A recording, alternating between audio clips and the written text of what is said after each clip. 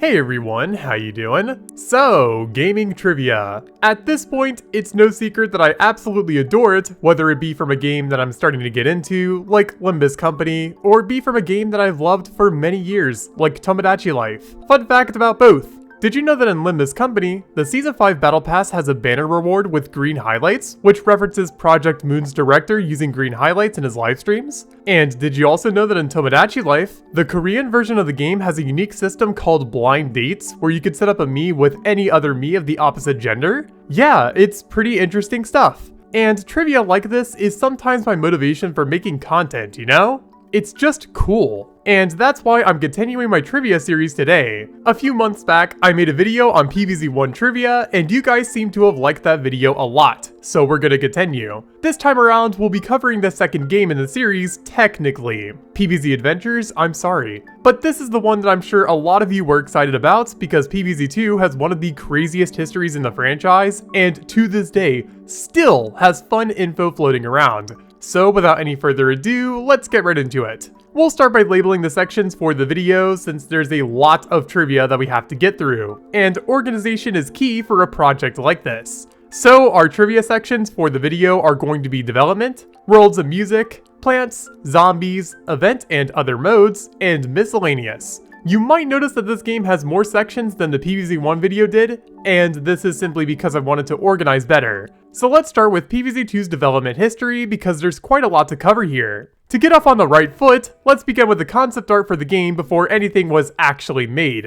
And our first piece of trivia is a classic that I'm sure many know about, that being the concept art for a plant called Beet being conceptualized at one point, which was thought to be Bok Choy's predecessor. This plant has since appeared in PvZ Adventures and Heroes if I'm not mistaken, but it's interesting to think that it was once planned for this game. There's also some areas that were planned, such as a farmland area, which actually got a small nod made to it in Garden Warfare 2, a flatbed on a truck being used as a mini lawn, and Paris. Yes, Paris was a planned location for this game, at least at one point. That's interesting.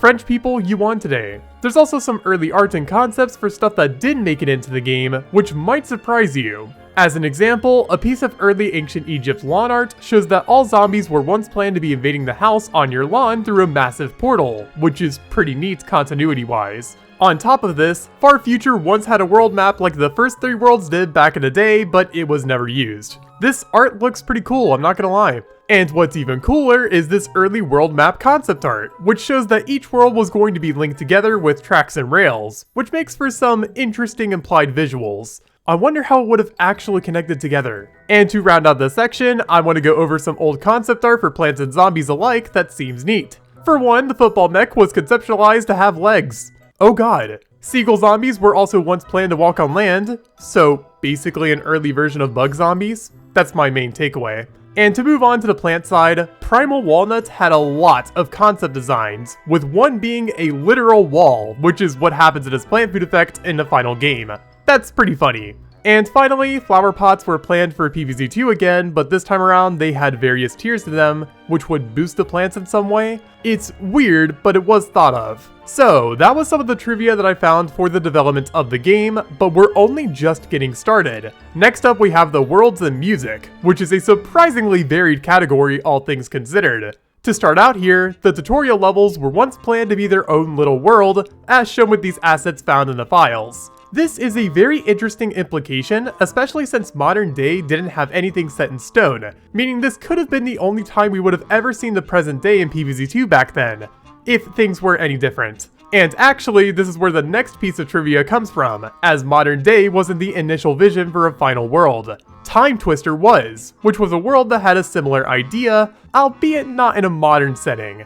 And to add on to this, the world would later have its icon used for Penny's Pursuit, which I think is pretty cool. Now, as for world-specific trivia, Dark Ages has a ton of unused gravestones, which all look really interesting, especially since some served unique purposes or were conditional too. This world has a lot of trivia on it, so get ready to see more later on. Also, an unused level in Frostbite Caves has you constantly unfreezing plants with hot potatoes. Plural. Yes, you're given 5 hot potato seed packets, which, to my knowledge, is the first time PvZ2 has ever given the player more than 1 seed packet of a plant to use in a level. Very interesting. And on the topic of levels, Whack-A-Zombie was also planned to return as a minigame in this world too. Wow, talk about some interesting gimmicks here. We're not quite done with worlds though, as Lost City has an unused achievement where you get 5 kills with 1 boulder. Presumably, this was removed for difficulty reasons, since it's really easy. In fact, a zombie could do it. Moving right along, Jurassic Marsh's original name was Mesozoic Marsh, which is kinda cool, if not a little extra.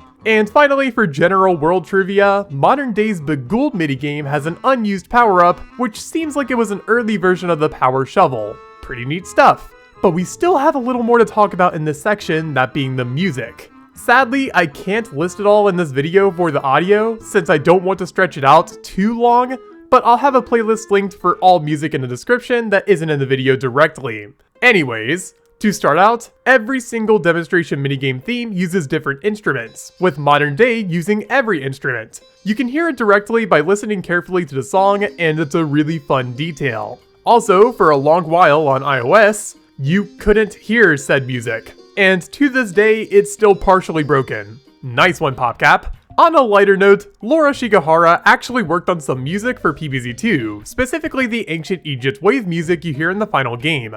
This has always been a really fun piece of trivia to share. It's just really neat knowing that her influence is still felt in the OST to this day.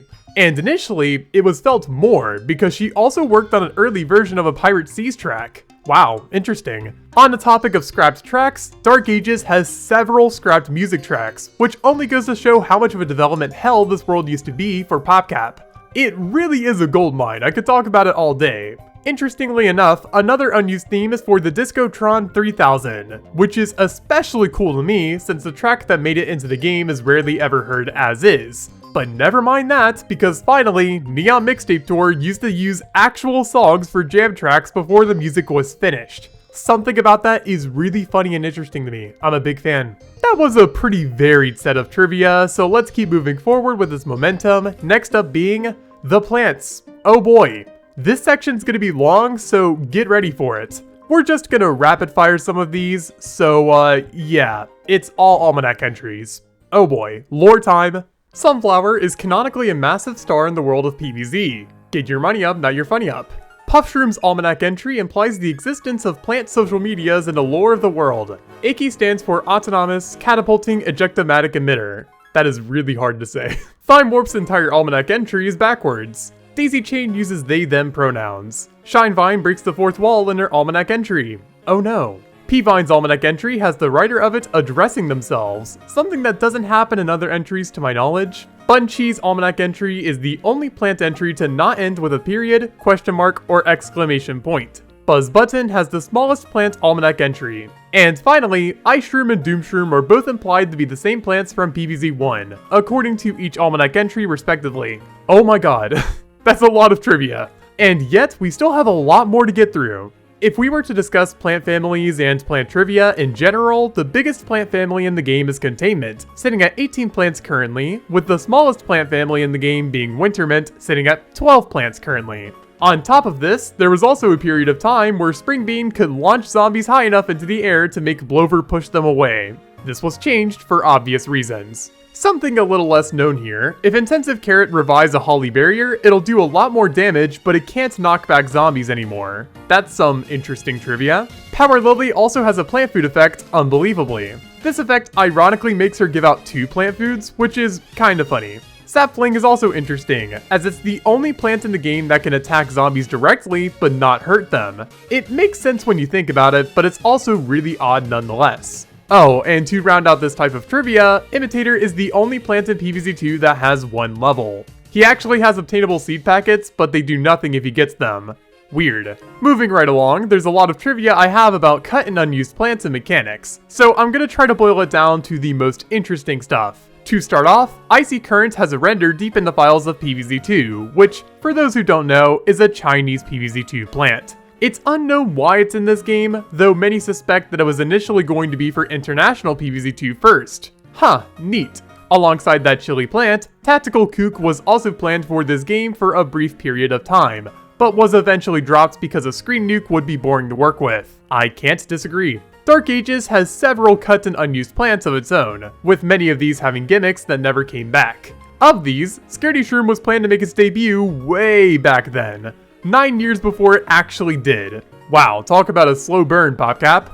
Another really interesting development during that time period was for Fire Pea, which once didn't have any of the flames on the body. This looks so uncanny nowadays, I'm not gonna lie.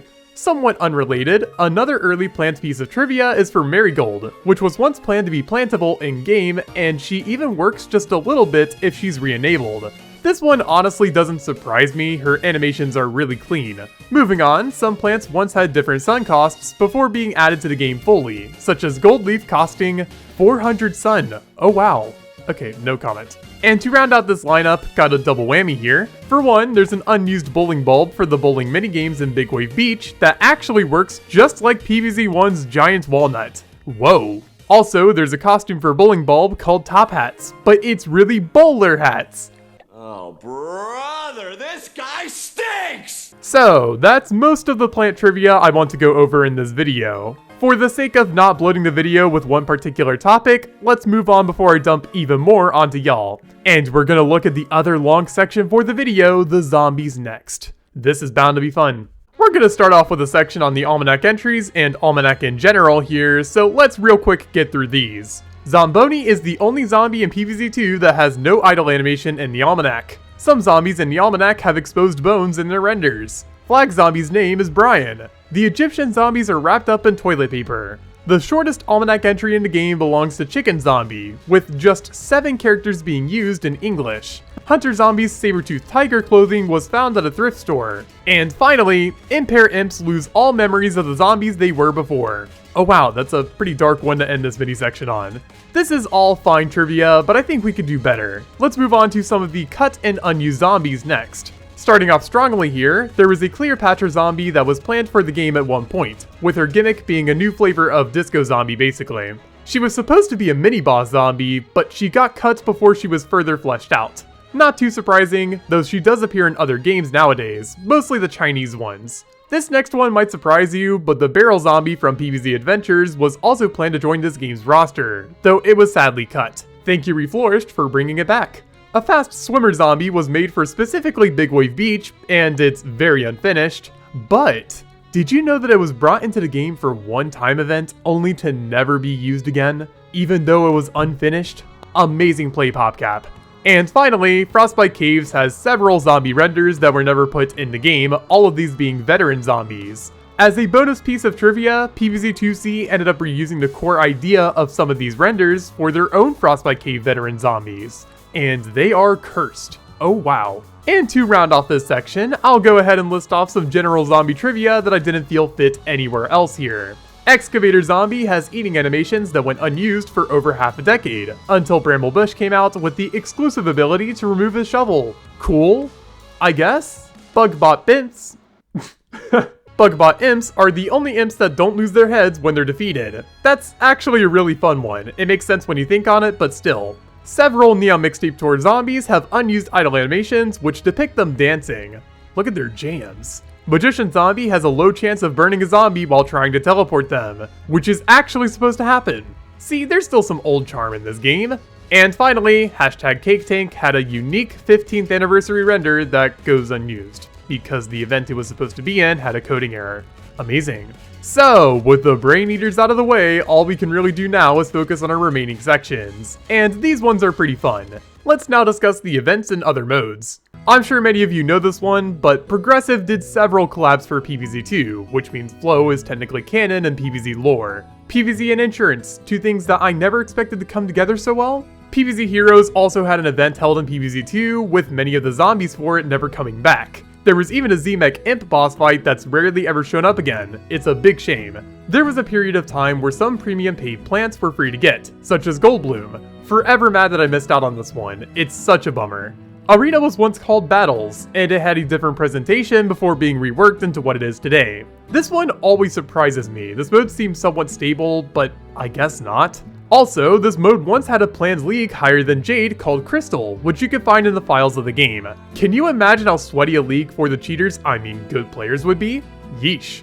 Arena's background music is the same music used for fighting the Zomba Dark Dragon. Never understood this choice, but alright. The lawn's melting clocks in Penny's Pursuit are a reference to the painting The Persistence of Memory by Salvador Dali. That's really interesting. And to round off this section, there were some early events that occurred back when PvZ2 was really fresh that I want to bring awareness of to you guys, since I find these to be pretty interesting. To start, there was an event called Garg Week that ran very early on in the game's life, where every pinata party that ran featured gargantuars in some way. This was a period of time where there weren't even any tough gargs, like hair metal, so it's pretty cool to see them get creative like this. There was also an event called The Chosen Ones, which was a week filled with community favorite pinata parties every day.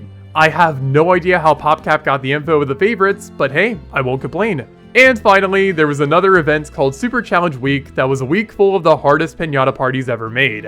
I hope any players that beat all of them got compensated well, yikes. And with that, the only section we have left are the straggling entries, so let's discuss the final bit here, the miscellaneous trivia. Let's start with some additional PvZ2 version trivia, since yes, this game has alternate versions. This one's been mentioned by name in the video before, but there's a Chinese PvZ2 version out there, which has a massively revamped leveling system, new plants and new zombies, along with a lot more content. The downside being it's a gacha. Like, an actual gacha. Well damn. Interestingly enough though, there's another Chinese version of the game called the 10-cent edition, which only had like 4 worlds when it existed, but it had a PvP component? Kind of? That's unique. This one's a bit of lost media, nobody really knows anything about it. But what we do know is that there's one other version of the game that existed for a college campus. Use Your Brains EDU. This version of PvZ was developed by University in Florida, and it's educational somehow. I made an entire video on this exact game if you're curious about learning more.